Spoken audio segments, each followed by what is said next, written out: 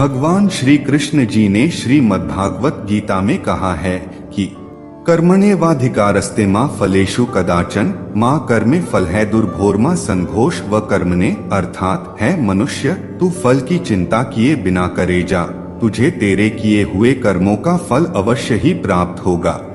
दोस्तों, आज इस वीडियो में कर्म के विभिन्न प्रकार का वर्णन करेंगे जो आपके लिए काफी लाभदायक होगा।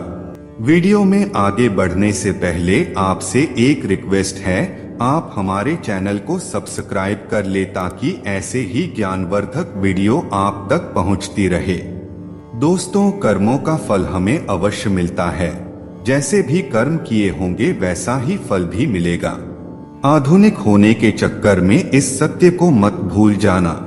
मित्रों, हम अपने मानव जीवन में जैसे कर्म करते हैं उनका वैसा ही फल हमको इस जीवन में भोगना पड़ता है, लेकिन हम इस बात को समय से समझ नहीं पाते हैं। जब तक हमें इस बात का बोध होता है कि हमने जो भी कर्म किए हैं उनका परिणाम क्या होगा, तब तक समय बहुत अधिक बीत चुका होता है। हमारे भारत में कई महापुरुषों ने कर्म के विषय में कई शोध किए हैं। हमारे पुरातन धर्म शास्त्रों में भी कर्म फल का बड़ा ही विस्तृत वर्णन किया गया है। उनके अध्ययन के अनुसार यह कर्म 3 प्रकार के होते हैं। पहला है क्रियामान कर्म। मानव जीवन में नित्य प्रतीक जो कर्म सुबह उठने से लेकर दिन भर कुछ भी क्रियाकला या कर्म किए जाते हैं उन्हें क्रियामान कर्म कहा जाता है, क्योंकि इन कर्मों के करने से मानव जीवन गतिमान रहता है, क्योंकि मुर्दा या निर्जीव वस्तुएं कर्म करने में समर्थ नहीं हो सकती। नित्य प्रति कर्म करना हर जीव का कर्तव्य है। कोई भी व्यक्ति अपनी बुद्धि के अनुसार कैसे भी कर्म कर सकता है, लेकिन यह क्रिया मानकर उसके जीवित होने और एक गतिशील आत्मा के होने का आभास कराते हैं। इस प्रकार से किए जाने वाले नित्य कर्मों का फल अधिकांश साथ साथ ही प्राप्त हो जाता है। जैसे यदि आप भोजन को ग्रहण कर लेंगे तो आपकी भूख स्वतः ही शांत हो जाएगी। यदि आप स्नान कर लेंगे तो आपकी देह स्वच्छ हो जाएगी और आपको स्फूर्ति एवं सुख का अनुभव होगा। इन कर्मों को करने के लिए आपको कोई अतिरिक्त शक्ति का उपयोग नहीं करना पड़ता। जैसे कि दिन भर की थकान के बाद आपको निद्रा अपने आप ही आ जाएगी। आपकी थकान के उतर जाने पर आप स्वयं ही उठ जाएंगे, किंतु यदि आप आलस्य को धारण कर लेंगे तो आपका यह कर्म आपको जीवन की गति से दूर ले जाएगा। आपको इसके दुष्परिणाम ही भुगतने पड़ेंगे। इस प्रकार से किए जाने वाले कर्म प्रमाण कर्म कहलाते हैं। दूसरा कर्म है संचित कर्म। यह बात को निश्चित हो चुकी है कि आपको कर्म तो करने ही पड़ेंगे। कुछ ऐसे कर्म भी होते हैं जो कि हम करते तो हैं, लेकिन हमें उस समय यह ज्ञात नहीं हो पाता कि इन कर्मों का परिणाम क्या होगा। इस प्रकार से हम कुछ ऐसे कर्म भी करते हैं जो हमारी दृष्टि से बिल्कुल सही एवं सटीक होते हैं, किंतु प्रकृति, समाज एवं अन्य प्राणियों के दृष्टिकोण से उचित नहीं होते हैं।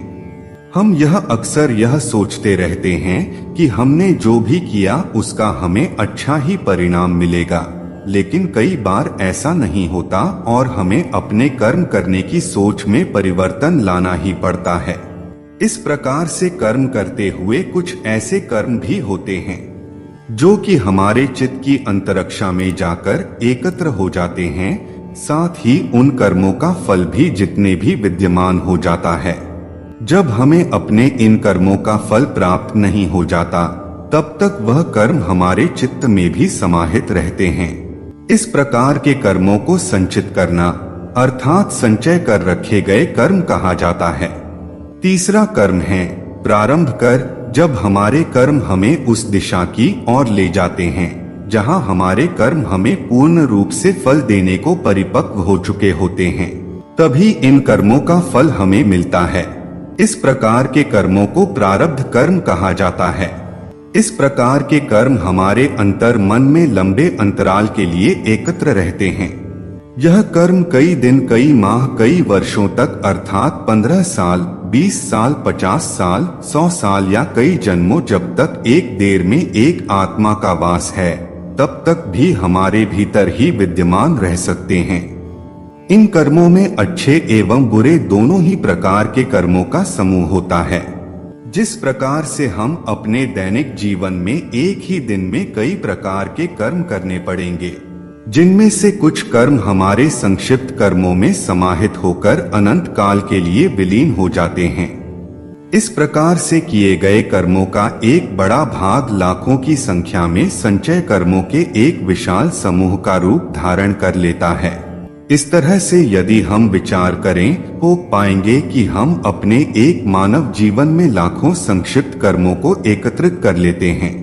यदि हम अपने पूर्व जन्म के कर्मों को भी इनमें सम्मिलित कर लें तो हमें ज्ञात होगा कि ऐसे बहुत सारे अनगिनत कर्म अभी बाकी है जिनको भोगना अभी शेष है, ताकि उनका कर्म फल हमें प्राप्त हो सके। हमारे शास्त्रों में एक प्रकार के ज्ञान योग का भी वर्णन किया गया है। जैसे ही मनुष्य साधना शैली के द्वारा इस ज्ञान योग को सिद्ध कर लेता है, उसी समय उसके जीवन में से प्रारंभ कर समाप्त हो जाते हैं और ऐसा आभास होता है कि वर्षों तक अंधकार में कैद रहने के बाद एक प्रकाशमय दीपक की रोशनी से जीवन जगमग से हो उठा है। ऐसे कर्मों को आध्यात्मिक व्याकरण भाषा में प्रारंभिक कर्म कहा जाता है।